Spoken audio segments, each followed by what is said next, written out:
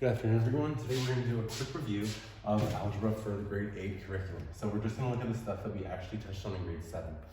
For the first example, we have x plus 3 is equal to negative 10. And so the common theme in all of these examples is going to be looking for inverse operations, okay?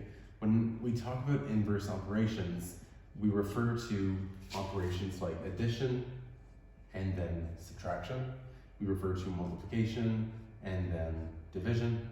And later on, we refer to squares, so x squared, and the inverse of the square you might have been introduced to is the square root. Okay, so these are all inverse operations in the sense that they undo the first operation.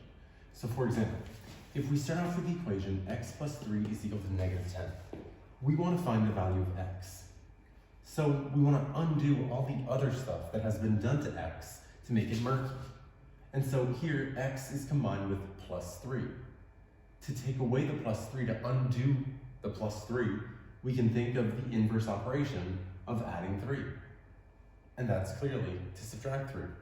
And so that's what we're going to do. And we're going to do the same thing on both sides of the equal sign. This is the important part. Sometimes I have students do the same thing to maybe both terms, but that's not what we want, right? We want to keep both sides of the equal sign balanced. And so if we subtract 3 on the left side of the equal sign, we likewise subtract 3 on the right side. Now the plus 3 minus 3 will undo one another. They'll cancel out.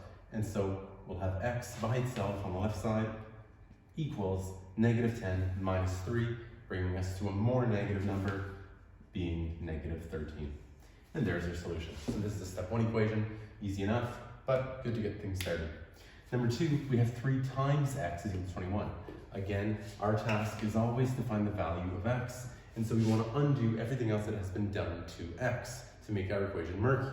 Here we had x being multiplied by 3. To undo multiplication of 3, we're going to look for the inverse operation of multiplication, which would be to divide by 3. And so that's exactly what we're going to do. We're going to divide by 3. Now, x will be multiplied and divided by 3, so the 3's will undo one another, they'll cancel each other out. And we always do the same thing on both sides of the equal sign, and so we'll divide the 21 by 3 as well. And now we have x all by itself, and 21 divided by 3 gives us a solution of x equals 7. There you have it. Number 3, now we have x divided by 4 is equal to 6. If we want to undo division by 4, we're going to think of the inverse operation of division, which would be to multiply by 4. And so you can write it a number of different ways. I'm going to write it as a dot times 4. You might see that if we were to use the multiplication symbol, like we've been used to seeing in our younger days, the multiplication symbol looks a lot like our x variable, which we don't want to confuse. And so we're often going to go for the dot symbol for multiplication, okay? That's going to be the case from here on out. And we always do the same thing on both sides of the equal sign.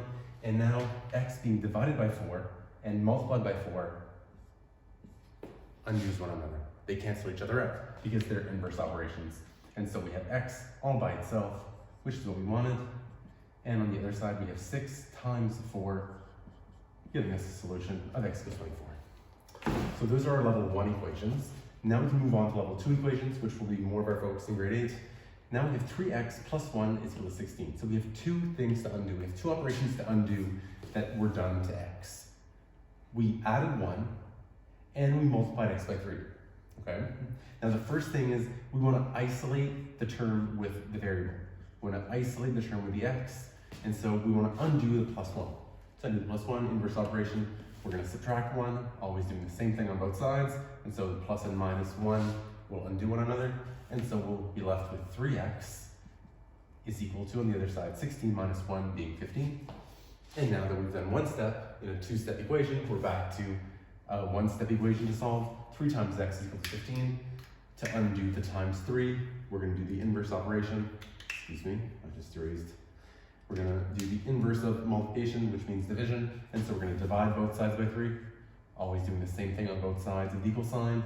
The 3's undo one another. And so we're left with x all by its lonesome, and x is equal to 15 divided by 3, providing us with a solution of x equals 5. And we're almost done. Next up, we have a division and a subtraction. And so again, we want to start by isolating the term with our variable. So we're going to isolate our term with x, isolating our term with x first. So we're gonna undo subtracting 7. We'll do the inverse operation, which means adding 7. Always doing the same thing on both sides. Subtraction, addition, undo one another. And so we're left with x divided by 3 equals -4 plus 7. We start out at -4 and we add 7. We're gonna end up at +3. And now we're back to a step 1 equation with division. We have x divided by 3 is equal to 3. We want to find x all by itself. So how are we going to undo the division by 3? Well, we'll do the inverse, which means multiplying by 3. Always doing the same thing on both sides. And now x is multiplied and divided by 3, so those two operations undo one another. And so we're left with x by itself, and it's equal to 3 times 3, namely 9. And there we have it. Okay, I hope this provides you with a quick, brief review of your grade 7 algebra and gets you back into the swing of things for grade 8. Thanks for watching. Any requests for future videos, please let me know in the comments below, and have a great day.